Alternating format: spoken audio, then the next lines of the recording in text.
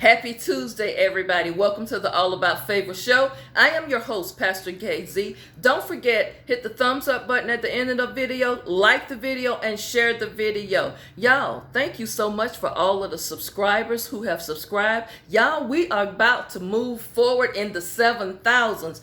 Thank you so much. Please don't forget, like, share, and comment on the video. My email address is walkinfavor61@yahoo.com. Y'all, I know y'all like, Pastor KZ, get right into the meat. I have to always do this because YouTube requires us to say these things. So I like to get it in the beginning of the video. All this week, or the rest of this week, I will be talking about subjects that is going to really get you to thinking and get you in an emotional, just stirring you up emotionally, okay? And don't forget, y'all, I will be doing videos later on in the month and towards the end of the month, first part of the following month, with my eyewear line. I'm going to have you select 25 to 35 pair.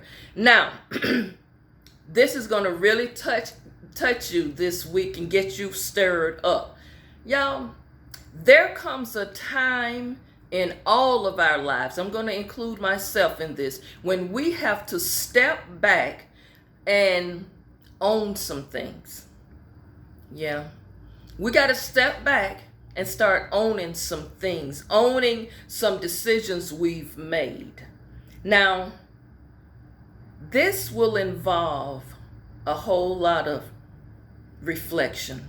And you know what? Sometimes reflecting, looking back, reminiscing, sometimes it puts you in a bad space emotionally.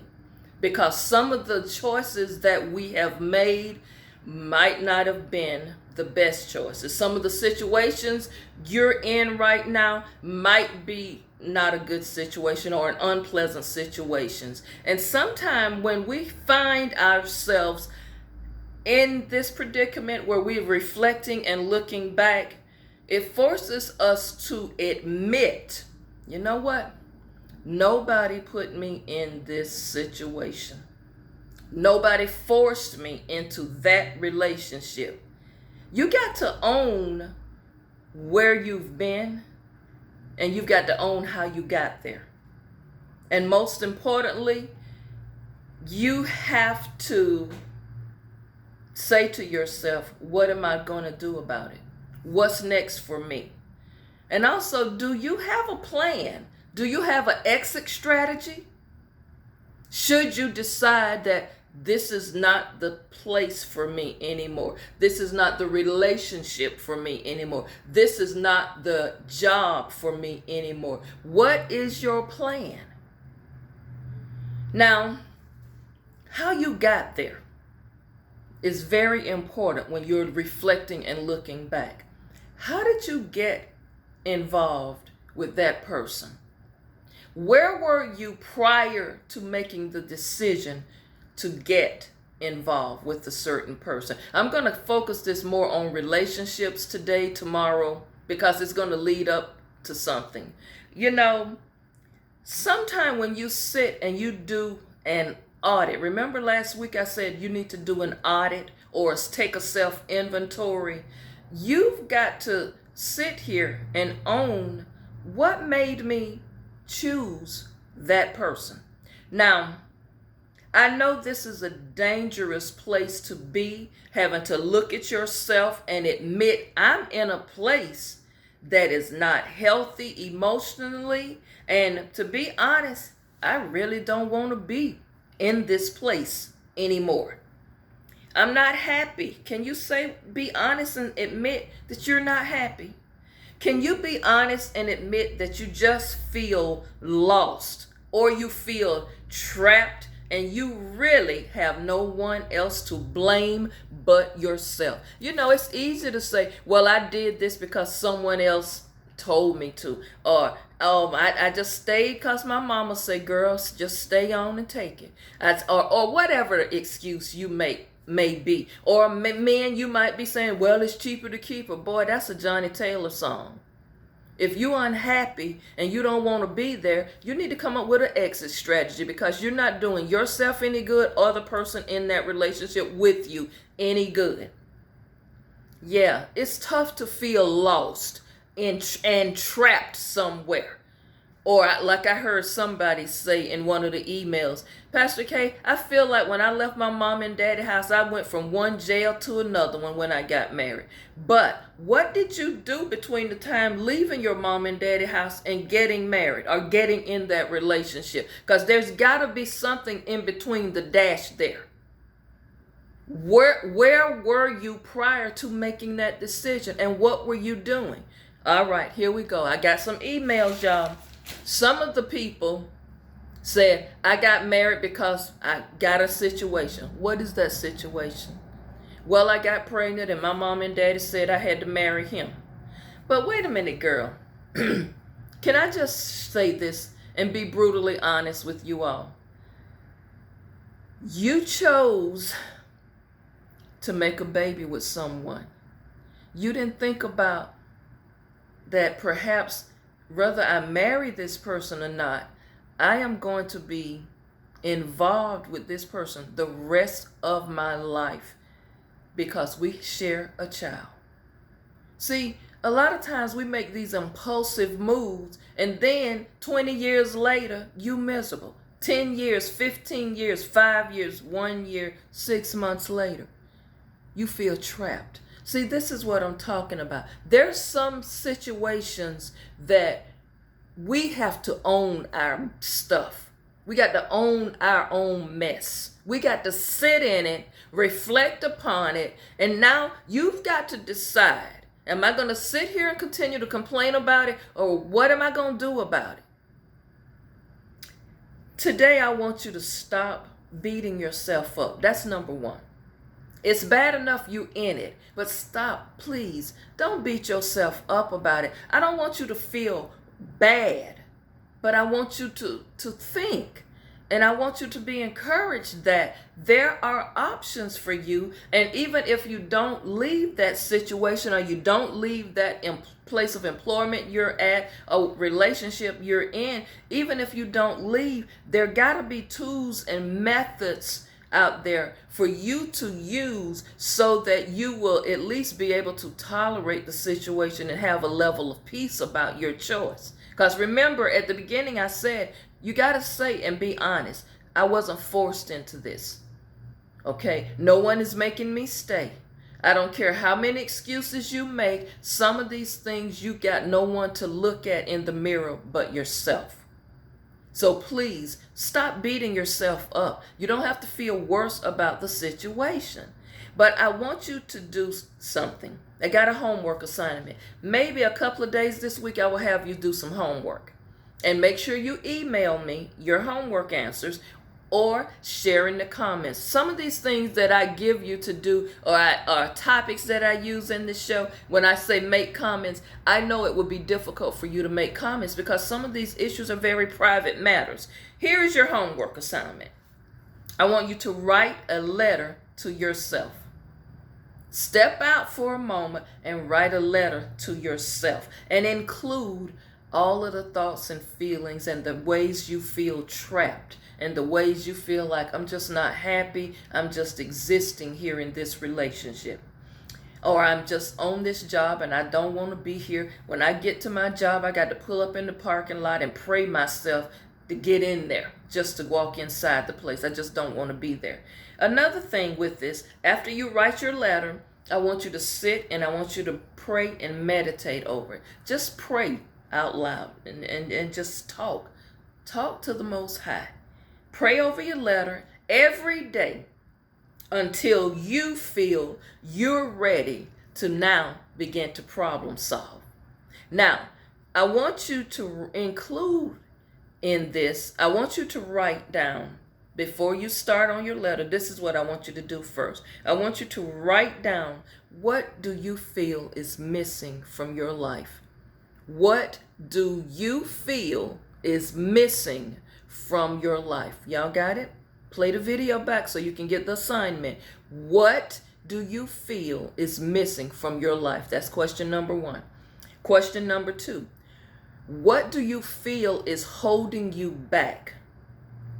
What is holding you back? And the third question, Why are you not happy? Why are you not happy? And with those three questions, you will be able to formulate the letter that you're going to write to yourself. I'm going to participate as well, okay? But y'all, you know what? I got the joy of the Lord, and that is my strength. You know what? I don't feel like I'm somewhere trapped where I don't want to be. Y'all, I'm sorry it took me a while to get there, but that's where I am right now. You know what? I made some difficult decisions. I ended some relationships. And y'all, talk about peace. Talk about a burden being lifted, a weight lifted. Oh God, it feels so good to just have a level of peace. And that's what I want for you. I want you to have some peace. I want you to have some joy. And you know what? No matter what anybody says, this is your life. You don't have to live your life for someone else. You have got to find a way to love yourself, forgive yourself for some of the choices that you made, and have some peace. Also, you know what? The way you're carrying yourself and conducting yourselves, always remember, those of you who have children and grandchildren, they watch your demeanor. They watch your behavior. Ladies, I'm going to speak to you first. You don't want your daughters, your granddaughters, your goddaughters, or your nieces. You don't want them to experience some of the things you experience. You don't want your girls to even see how miserable you are, because I don't want you to be walking around bitter and resentful. A bitter woman, the little girls that's around you, your daughters, your granddaughters, your goddaughters and nieces, they pick up that same energy from you. How do we as women learn to be a woman? Is we watch the women around us. And I just want to shout out the women that I grew up admiring, my role models, starting with my grandmother, mother, all my aunties, my godmothers. I just want to shout these women out, because these women taught me a lot of things, not by what they said, but how they conducted themselves. I watched these women on what kind of wives that they were. And I always tell people, and I told my husband, I said, I would make a lousy girlfriend. He's like, why do you say that? I'm like, because I really wasn't raised to just be somebody's girlfriend. I was raised to be a wife. So I watched the women in my family get up and prepare breakfast. It's not cereal bars, y'all. Not yogurt bars. Not string cheese and fruit cups. I watched the women in my family, all of them, get up and prepare a full breakfast. Grits, eggs, sausage, all of that. I watched these women do this. Homemade oatmeal. I watched them do this. I watched them make lunches for the children. Not only for the children, but when their husband went off to work, their husband went off with a lunch. I watched them iron and press the kids' clothes before or at night or on the weekends to make sure for the week they got their clothes laid out and they're ironed, and you know how your children leaving the house. I watched the women in my family wash their husbands' uniforms and press and iron them. These are things I was taught. I was taught how to clean a house. I was taught to keep your place neat and clean. Those things I were taught. How to grocery shop, how to separate laundry and do laundry weekly. Don't just sit up and let your laundry pile up. These are things that we take for granted that every girl should know. But you know how many men gripe and complain and say their wife don't clean up, she barely cooks, or if she knows how to cook, the kids go off to school and she figures she don't have to prepare them no breakfast. She don't have no dinner cooked on the stove when we get home. These are things we as girls who grow into women learn because we look at what's modeled before us. I was raised in a family of women who got married. And I'm not talking about in and out of relationships. I'm looking at women in my family who've been married 20 years, 30 years, 40 years, 50. My grandparents were married 58 years before my grandfather passed away.